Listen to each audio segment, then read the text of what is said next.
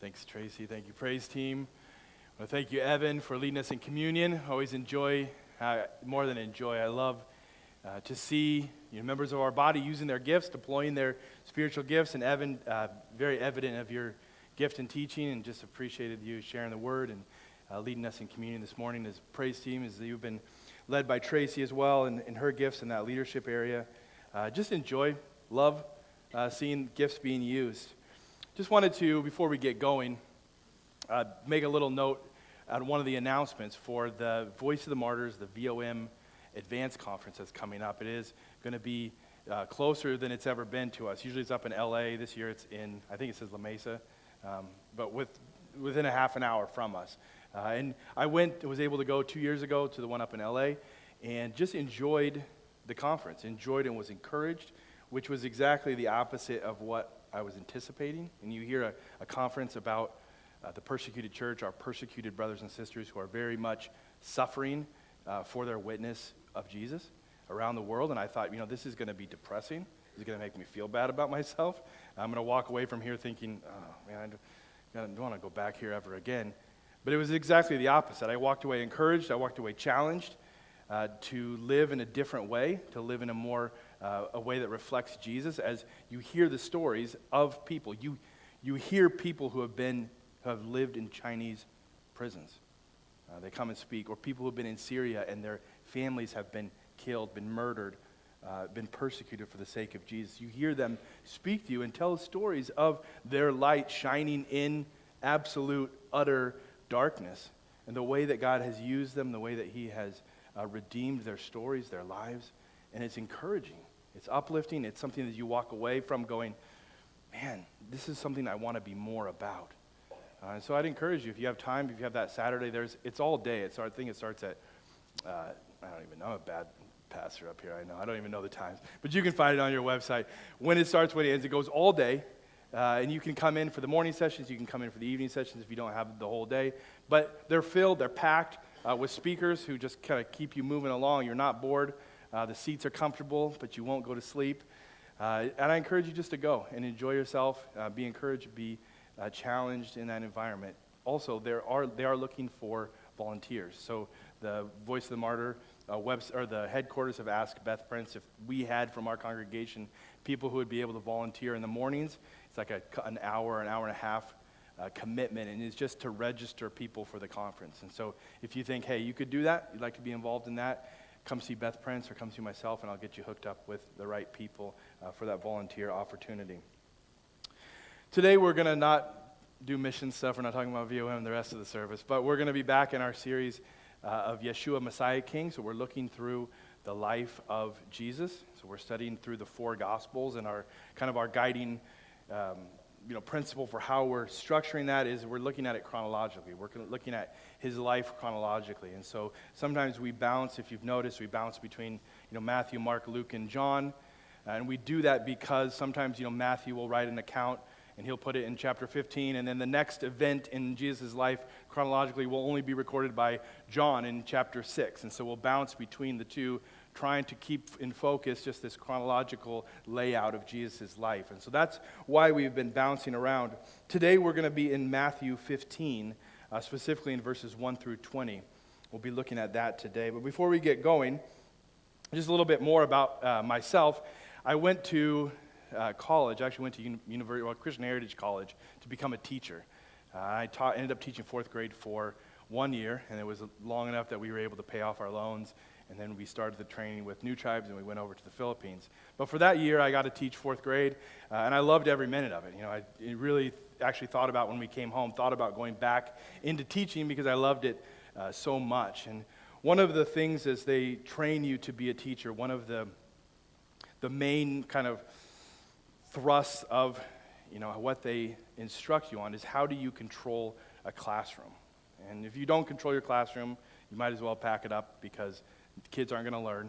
They're not going to be able to sit still. They're not going to be able to pay attention or focus on what you're teaching. And so this whole idea of this classroom discipline or classroom control is paramount in your instruction, in your training, how to do it. And there's these two main thoughts. And one is the correct way, and one is the way you want to avoid. And the way that you want to avoid, so this is one thought, but this is not a good thought. But the one way is that you just create rules. So you come up with 10, and usually 10 is insufficient. So you just come up with a rule. For example, you'd say, don't hit your neighbor, right? Good. It's a good rule, isn't it? Like, you shouldn't hit people next to you. Like, that is a good rule. But the rule is inadequate. It's insufficient. Why? Because those of you with kids, you know, there is an innumerable amount of ways that you can get around that rule and still inflict bodily harm to those around you. Now, you can say, and you start out with your rule, don't hit your neighbor. And what do you have? The first kid comes over and he just goes, he doesn't hit his neighbor. He didn't break the rule. Right? I didn't break the rule. I just kicked him. And so now what do? You have to make another rule. Don't hit your neighbor. Don't kick your neighbor. And then that same kid gets up and he walks all the way over to the other side of your classroom and he smacks and then he kicks the kid all the way over there and he says, it wasn't my neighbor. Right? And so now you have to make the rule that's don't hit, don't kick, and anybody in the classroom. So then what does he do again? Or another kid who's feeding off him now. What do? He pokes him, right? I didn't hit him, I didn't kick him. I just poked him. I didn't break the rule. So now you got to come up, don't poke your neighbor. And then the smart aleck kid, what does he do? Like he does this, right? He goes, then he sticks his finger in somebody's ear. It was a wet willy. I didn't kick him, and I just gave him a wet willy. And so now you have coming up with these rules like no hitting, no kicking, no wet willying people. Is that even a word? But you're having to come up with all these rules to get at the heart of the issue. But you're not able to get there with the rules. They're insufficient. They're inadequate to get at the heart of the issue. And so you can come up with rules until you are blue in the face. You could list the rules all over the walls of your classroom, and you'll never, ever curb the behavior because there's always a way around it. There's always a way around it. And so, well, this isn't new to any of you parents, right? Have you ever found yourself as parents saying some crazy things when you're talking to your kids? Like, I remember Megan hearing, she's out with Joanna, and they're on the porch in our house in the Philippines. And she says to Joanna, don't kill the gecko with your toothbrush. Right? And you're like, what? You're like, I can't even, what? You remember the other day I told Jacob, don't lick the car. And you're like, did I just tell my child not to lick the car? Evan told me his kids, he has to say, don't drink out of puddles again. Meaning they were drinking the first time out of a puddle. Right? Out of our kids, our lovely little, sweet little children, right? Innumerable ways that they can break rules. Right? Because it comes out of the heart, and these external rules doesn't curb it, doesn't get to the issue. It's inadequate. And so the other way that there is to lead a classroom is to create principles. And so in this principles, for instance, you would say, you know what, you need to treat others with respect. Treat others with respect. And so that moves from this example or this specific thing, a rule, to a principle. And this principle, you end up dealing with not just this external behavioral modification, but now you're looking at this internal heart change. So students now, they have to grapple, and even you as a teacher, as you're teaching the students, you have to grapple with what does that look like to treat someone with respect. Right? It's something that has to be worked out. And so treating someone with respect looks different in different situations. Right? When you're on the playground and you see someone who's getting bullied, right? Treating them with respect is to stand up for them, or to stand up for what's right. Or if you see a teacher with a load of books trying to get into a door and they can't quite get in, treating them with respect would be to open the door for them.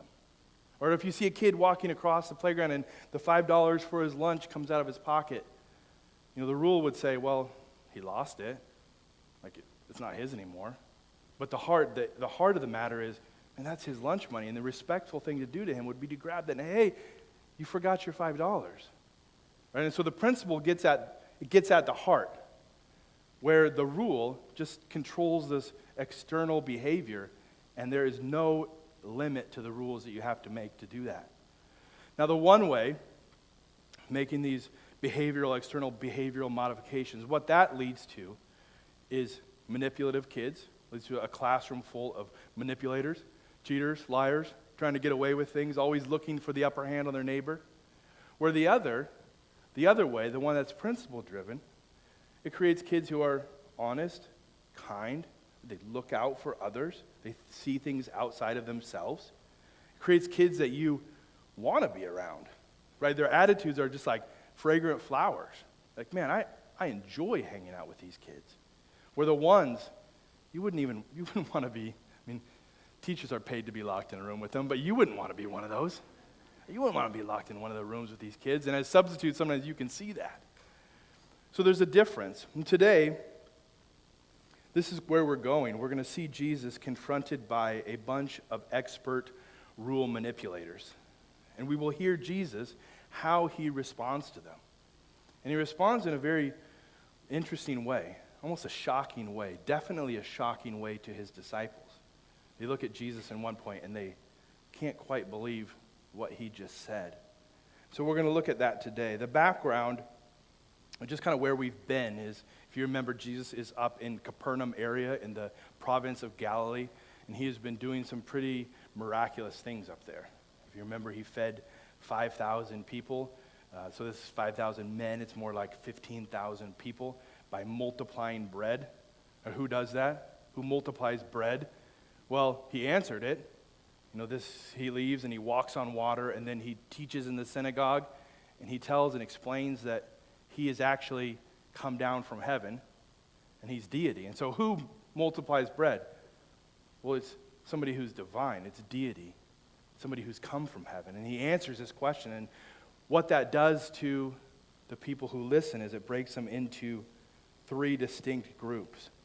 There was some like Peter. If you remember, Peter heard the things that Jesus said. He saw the things that he did, didn't quite understand, but he knew who Jesus was, and so it moved him closer. He wanted to hear more. He wants to understand. But he believes in who Jesus is, and so he gets closer to him. The second group been following Jesus as well. Disciples, not the 12, but just people who have been following Jesus. They've been walking, they see the same things, hear the same things, but they're offended by what Jesus says. So they say, this is hard. What you have said is hard. And they leave Jesus. They move farther away from him. And then there's a third group, the religious leaders who were there in Capernaum, who were listening intently to what Jesus has said. Many of them probably have also seen what he's done. But this infuriates them. They hate what Jesus has said. They hate him. And it's moved them to a point where now they want to kill Jesus. They want to find a way to kill Jesus. So they openly reject him, and they hate him, and now they want to kill him. And Jesus understood the situation. He perceived what they were doing, and so he reacts in a way that keeps him alive. Because he knows, this is not my time to die. This is not the time I've been handed over. And so he stays up in Galilee, and we find the context in John 7, verse 1. You don't have to flip there. We'll throw it up on the screen. It says, after this, and this is his teaching in Capernaum, Jesus went about in Galilee. He would not go about in Judea because the Jews were seeking to kill him. So Jesus, knowing this, stays up in Galilee. And I don't know about you, but when I think about Israel in Jesus' time, who under Roman rule, I always think of it just like one block. Like, this is Israel, and Rome controls it. Herod's over Israel. But in reality, it's broken up into different districts or different provinces. You can see Judea and Samaria are one. Galilee's up in another. The Decapolis, you have all, Philistia, you have Perea, all in these different areas. And they're controlled or they're overseen by different Roman prefects or different Roman kings. And so you have different authorities over different areas. And so Jesus knows that if he goes into Samaria and Judea, and specifically the closer he gets to Jerusalem, the closer he gets to the center of religious power in the nation of Israel, or in that area. And so he stays away. He knows the closer he gets to Jerusalem, the scribes, the Pharisees, the religious leaders, the more pull, the more sway they have over that ruler. And so he stays up in Galilee under a different ruler who doesn't have or isn't under the same pull or sway as they are in Judea and Samaria. And so Jesus stays up in Galilee. It's not his time yet. Next week, you'll see him go west. He's actually going to go west, and so he's staying up above, out of their area of control. And so he continues to travel around. But so far, in the time there, the religious leaders from Jerusalem now, they know Jesus isn't coming down, and so they have to go up to Jesus because they're looking for a way to kill him. And so they have to find what he's done wrong. They have to find something to be able to kill him. They have to find a reason to put him to death. And so for this reason, they go up and they go find Jesus in Galilee. And that's where we pick up in Matthew 15, verse 1. Then the Pharisees and the scribes came to Jesus from Jerusalem, and they said, "Why do your disciples break the tradition of the elders? For they do not wash their hands when they eat." So Matthew gives us the gist of the accusation against Jesus, is that, what is it? That Jesus doesn't wash his hands when he eats, right? And we kind of think, really? That's it? And then we also think, like, Jesus, why don't you wash your hands? Right? You moms out there, come on. You thought it right away. What am I going to tell my kids when I go home? Jesus didn't wash his hands. Yeah, but that's not what we're talking about here. Matthew was written, so each of the Gospels is written to a specific audience. They have an audience in mind that they're writing to. So Matthew is writing to the Jews. And so there's certain things that the Jews would know that he doesn't have to explain to them, and so he doesn't. He doesn't explain this. And the issue here isn't just washing your hands for cleanliness. No, the issue is this symbolic religious cleanliness ceremony that they're supposed to be doing that Jesus isn't. But Matthew doesn't explain it because his audience are Jews. They already know what he's talking about. They're clued in right away. They're not like us who right away we go, what, Jesus didn't wash his hands?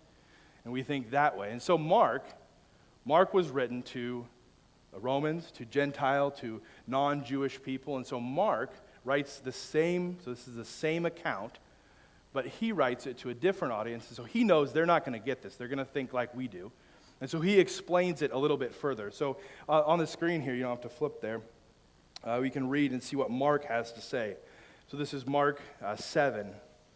Now when the Pharisees gathered to him with some of the scribes who had come from Jerusalem, they saw that some of his disciples ate with hands that were defiled, that is, unwashed.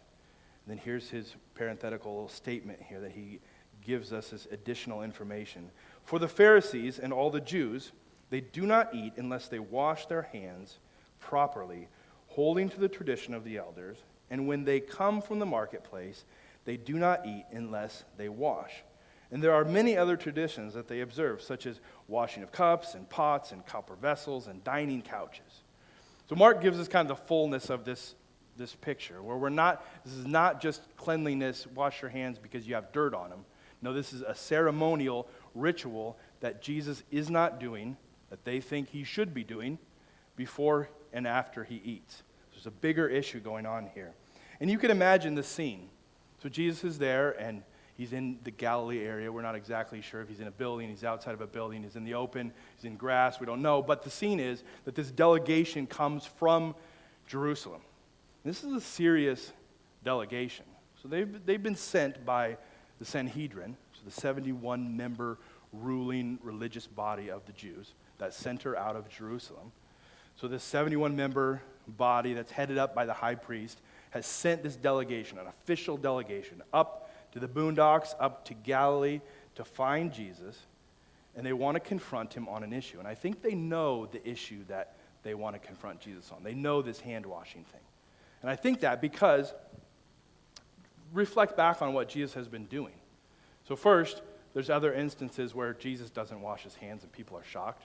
We find that in different Gospels. But then also, what big miracle did Jesus just do? Like he multiplied the bread in a desert place.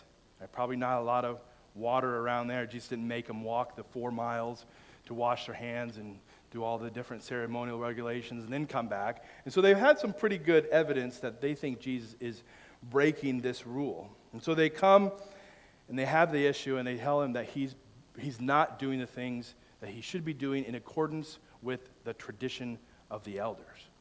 Okay, now what's that? What are they talking about? Now when Matthew or any one of the gospel writers uses this term, tradition of the elders, they're referring to the oral law. So if you remember, we've talked about that in weeks past. But this is not the Mosaic law given by God to Moses at Mount Sinai, given to the people of Israel to teach them how to live in this new land, to interact with each other, how to interact with God, how to live rightly before God, how to live rightly with their surrounding nations. So this is not that law. This is another law. This is the traditions that have been created or built up around the law. So an explanation, if you would say, of the Mosaic law. And the purpose was to build this fence around the Mosaic law so that people, if they crossed these laws, they wouldn't be guilty of crossing the Mosaic law. So they would expound on them. And we've talked about that in the past. So here, this expounding of the oral law had been pushed to an extent about hand washing. Now there were certain instances where God did require them to ceremonially clean themselves. Right? If they touched a dead body, there's a few other instances with for women, for men, but there's specific instances where they did have to ceremonially wash themselves. But usually the point was to show their inadequacy or to show where they stood to a holy God. So it showed them their relationship there, that God's holy, I'm not. Like, I'm not clean, He is. And that was the point. Not to show, hey, I'm better than Him, or I'm better than Him by the way that I follow these laws. That wasn't the point. It was to show their relationship with God. But by the time that Jesus was confronted by these scholars from Jerusalem, they have ballooned this oral law to the point of utter ridiculousness. This oral law had been so minute and so fractured down that it had become absolutely ridiculous. If you remember, the point of the Mosaic law was that the countries outside of, the nations outside of Israel would see Israel following God's law, and they would see just how well they did it, how good they were to each other, how kind they were to others outside. And they would be drawn to God by this nation, this holy nation that was set apart, and they would want to be like them. But it had got to this point, the oral law, it got to this point where people would look at this what are they doing? This is ridiculous. And they were not attracted to God, but they were pushed away. So it was exactly the opposite of what the law was put out for. And so these scribes had ballooned this oral law about washing of hands to huge proportions. There was tons of things that were spoken about it, and later as this oral law got written down, there's huge sections of the Mishnah that are just specifically written about how to observe this washing ceremony. And we could get into the nitty-gritties of it, but just generally, before and after a meal, they were to take water in a dipper, and they were to wash and let it run down their hand, wash to their wrists, and even down to their elbow. Some scholars or religious teachers would say just to the wrist, and others would say no, to the elbow, and they would have a big argument about elbow, wrist, and they would argue the nuances of that law, but they had to wash one and dry, and then the other one and dry, and they had to do this before and after dinner. If there was no water source available, like they were out in a desert place, if there was a water source within 4 miles, you've got to walk. You got to wash, and then you come back and you eat, and you can see, some of your faces are like, what? You can imagine, play that out, right? How many ways can you get dirty on a 4-mile trail? It doesn't make sense. But this is the way, this is the depth that it had gotten to. And it was a serious law. We laugh a little bit now, but it was serious for them. This was a observance that they had to go with. It was worse than, in their minds, it was worse than fornication. So not washing your hands correctly was worse than fornication. It could lead to your wife cheating on you. So if you didn't wash your hands properly, men, watch out. You need to be on guard. It could lead to your wife cheating on you. It could also lead to your poverty, and it could even lead to death. That's what they taught. So at this point, you see, and there's plenty of writings that back this statement up, but this oral law, these oral traditions, they've been so nuanced out and so taught and so argued and so discussed that they had become of greater value and of greater weight and importance than the Mosaic law itself. And so rabbis wrote, it was better to break the Mosaic law than to break one of these oral traditions. So you can see how backwards it had become, how ridiculous, how hypocritical it had become. And that was one thing for someone, an average person, to break this tradition, but for a rabbi to not only teach it, but then to allow his disciples and to break that law himself was absolutely unheard of. And it was absolutely serious, and it just made them so angry. Why would it ever happen? Here's a quote from one rabbi talking to another one. This is talking about a rabbi who refused to wash his hands in accordance with his oral law, and this is what happened. Whom did they excommunicate? Eleazar ben Chatzar, who despised the washing of hands. So he was excommunicated for not washing his hands ceremonially correctly. And when he was dead, the tribunal sent and had a great stone laid on his coffin, to teach thee that of everyone who is excommunicated and dies in his excommunication, the coffin is stoned by the tribunal. You can see this is the extent that even after this guy's death, they wanted to make sure that even in his death, those around him saw, and they put stones on his coffin, that he was stoned even in his death. If we couldn't reach him in his life, we couldn't punish him enough, we're going to punish him even in his death. And this was over the ceremonial washing of hands that was nowhere in the Mosaic law, only in the oral law. And this is the extent that it had gotten to. And so you see these traditions of the elders, they become like that classroom. You have to elaborate on the rules over and over again. You have to elaborate them just to control the external behavior. But they weren't able, and they couldn't, and they were inept at getting to the real issue of the heart. And so what did they create? Created this people, this religious group who were vengeful, who were manipulative, who were deceitful, who you would not want to have over for dinner, people you wouldn't want to hang out with. That's what it created. That's what this oral law, this external behavioral modification, that's what it produced. I mean, would you, any of you right now, want to have one of these Pharisees or scribes in your house? I mean, you would be like, did I wash my hand correctly? Is he going to put stones on my grave when I die? It was a serious thing. And it created a people who were not fragrant offerings, others wouldn't be drawn to them. But they would be pushed away. And you wouldn't want to have them around. And you wouldn't want to serve their God. And you wouldn't want to hear about their God. Because they were repulsive. This is the people that come and they begin to speak to Jesus. And so Jesus doesn't answer their ridiculous act, but he actually counterattacks. He doesn't respond to them. He doesn't respond to this attack, and he actually just counterattacks. We find that in verse 3. He answered them, "And why do you break the commandments of God for the sake of your tradition? For God commanded, 'Honor your father and mother, and whoever reviles his father or mother must surely die.' But you say, if anyone tells his father or mother, 'What you would have gained from me is given to God,' he need not honor his father. So for the sake of your tradition, you have made void the word of God, you hypocrites. Well did Isaiah prophesy of you when he said, 'This people honors me with their lips, but their heart is far from me. In vain do they worship me, teaching as doctrines the commandments of men.'" So Jesus doesn't have to defend himself. He doesn't give reasons why he didn't teach his disciples to ceremonially wash their hands. And the reason is he doesn't need to. There's no law, there's no provision of the Mosaic law, there's no jot or tittle that he broke. Nothing. They couldn't find a thing. He didn't break anything. He didn't do anything wrong. And so he simply just disregards them.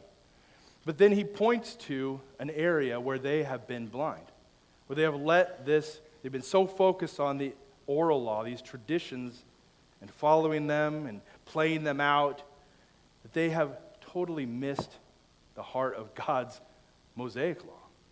And the funny thing, the ironic thing, is they're coming to search for a way to kill Jesus, yet Jesus points out a way that they have used their traditions, but they have crossed the Mosaic law, which has a provision in it that those who cross this aspect should be put to death.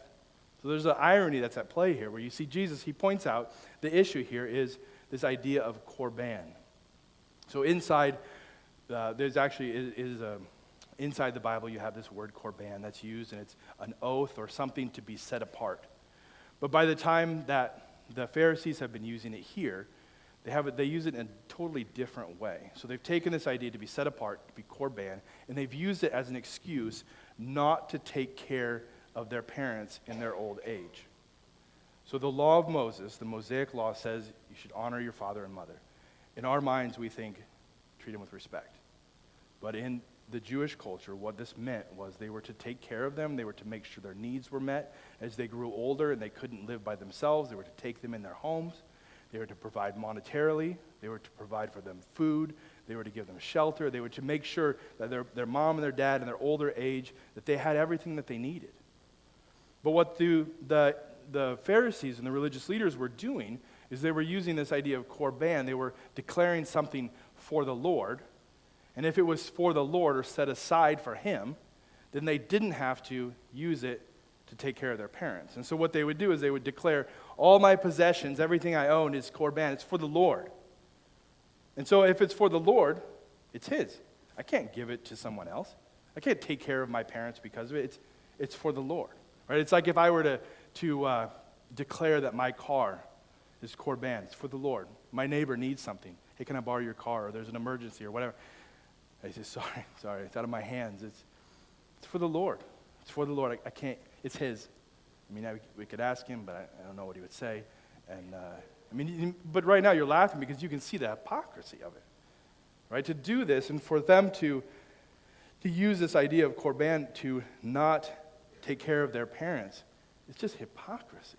It's blindness. And so Jesus calls them out on it. He calls them, for the sake of your traditions, you made void the word of God. You hypocrites. And then he quotes this Isaiah prophecy, and he says, the people honor me with their lips, but their heart is far from me. And in vain did they worship me, teaching as doctrines the commandments of men. And so they followed their tradition over the very words of God, and they were exactly what Jesus says, hypocrites. In the time of Isaiah, as he preached and he looked out at the land of Israel, there were hypocrites then doing the same thing, taking traditions of men and overweighing or making them over the word of God. And the same Jesus is saying for his time. Look at you. You're doing exactly the same thing. You're a fulfillment of what he said. And this just continues to go on. I mean, we could look around us and we could see in our culture the same exact thing. And then Jesus turns and he disregards and he turns from this delegation from Jerusalem. And you could probably imagine just all the wind is out of their sails. Right? They thought they were going to have this big discussion on the nuances of the oral law with Jesus. He was going to really get into it and nitty-gritty and prove and discuss, and they were going to show him how he was wrong, and they were going to convict him and say, you should be put to death. And what does Jesus do? He just disregards them. So are you kidding me? You come with this junk before me? And he just you hypocrite, get out of here. And then he turns to the crowd that must have gathered. You can imagine it, Galilee, not a huge city, not a ton of cities up there, a lot of rural areas. And this delegation from the center of Jewish religion and tradition, they come up, 3-day journey. The word had spread. Everyone knows what's going down. They're now confronting Jesus. And so people, you can imagine, they're coming closer. They want to see what is going to happen.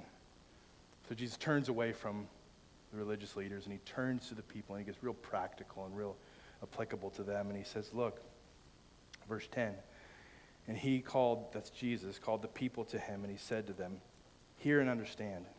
It's not what goes into the mouth that defiles a person. It's what comes out of the mouth. This defiles a person. So he's really just logical, just breaks it down to the crowd. And he's like, look, there's nothing you can eat from your unwashed hands that's ever going to get into your heart. It just comes in and it goes out. That's food. There's nothing you can do to defile yourself by the food that you eat. So the problem is actually from your very own heart. Right? This is the problem. There's no rules, there's no regulations that you can just externally put on that's ever going to get to this problem of the heart. And here Jesus begins, which he will keep unpacking later, this idea of like this spiritual formation. And he's just tickling on it right now. But he's getting this idea of how we are changed and how we are changed. Last week we talked about that you have to actually eat his flesh and drink his blood. And now he's talking about the issue here is the heart. Right? So there's a progression that we're seeing. Then Jesus, he moves away from the crowds and he goes to a private place with his disciples, and we think this is the 12. And he speaks to them without using any parables or figurative language. He just speaks to them. Although Peter, he's going to be so confused, he thinks he's using parables. But in verse 12 it says, "Then the disciples came to him and said, 'Do you know that the Pharisees were offended when they heard the sayings?'" And I understand that. I get that. These Pharisees, this delegation had come, pomp and vigor. They were probably well-washed, well-worn clothes. These were their religious leaders. It would be like a new convert from Catholicism, coming to a church or being under a new teacher. And then all of a sudden, this delegation from the Vatican comes from the Pope. And they're an official delegation, and they come to tell this teacher what he has been doing is wrong. So you can imagine Peter and these guys who they're seeing this and they're going, "Wait, Jesus, they're offended. This is a big deal, Jesus. This is a big deal." They're offended. And so Jesus doesn't even think twice, but he answers, "Every plant that my heavenly Father has not planted will be rooted up. Let them alone. They're blind guides. And if the blind lead the blind, both will fall into a pit."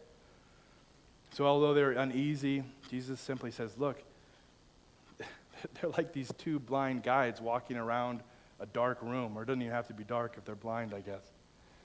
They're walking around a room, and sooner or later, they're going to fall into a hole, or they're going to, go out the door, and they're going to fall off the curb.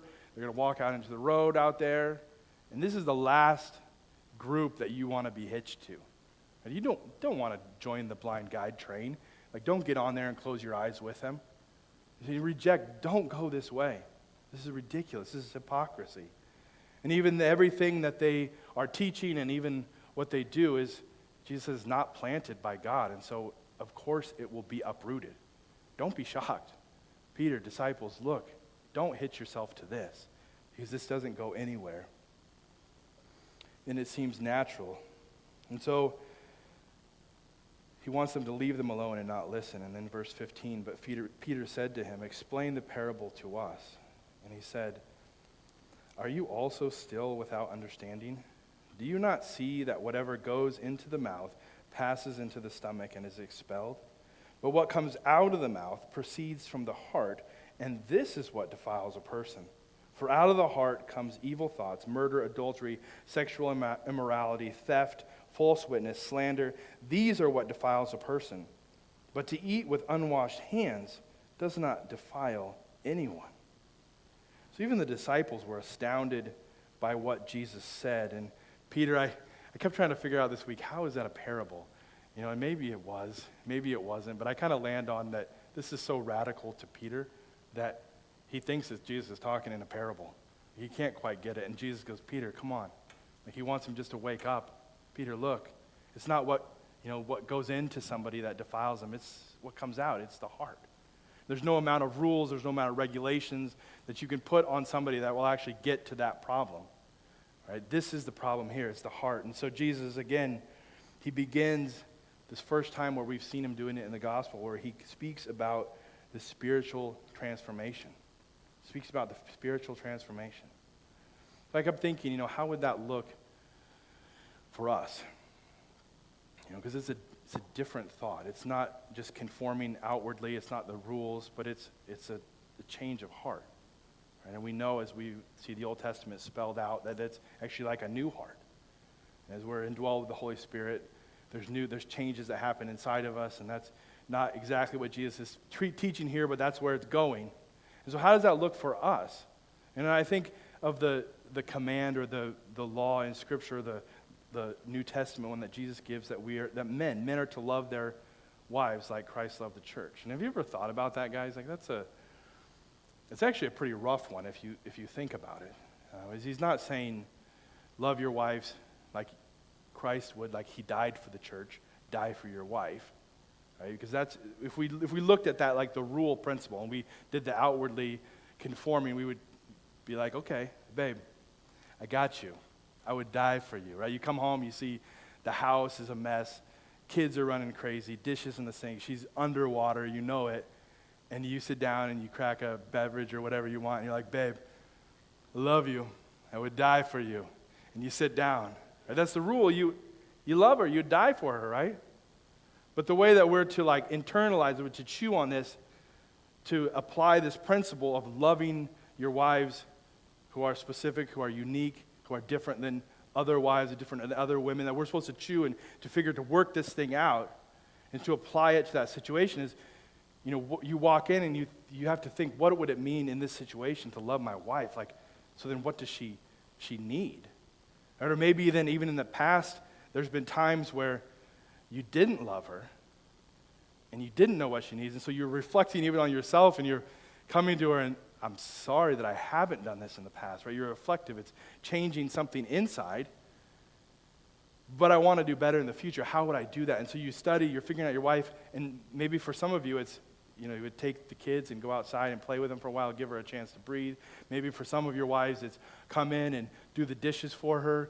Maybe some of you, it's to give your wife the keys and say, get out of here, go to dinner, I'll take care of it. But it's the principle, right? It's how do I love my wife in this situation, in this way? And that's what Jesus is getting at, and that's the heart, right? The external, the way that the Pharisees were doing it, the way that blind guides lead other blind guides, is just to conform the outside, just to do and stick to the rules. I didn't hit him, I kicked him. Right, I love you, babe, but yet you won't do a thing about it. There's a difference. One hits to the principle, one hits to the outward rules. And so Jesus here is beginning to get at that. One leads to hypocrisy, one leads to outward conformity. One could lead to someone being able to come up here and just tell you about how to do it, but never walk it in his own life. That's hypocrisy. That moves people away from God. Or the other is to learn to truly love our wives. We could pick any other example. But how to interact, how to love our wives, our kids, our neighbors. And what does that lead to? That leads to fragrant lives that people are attracted to, like bees to flowers or bees to honey, that they want to know, who is this God that you serve? You're different. This is different. I don't know this kind of thing. And that's who he's saying we should follow. And he's going to go there in the next few weeks as we move toward this.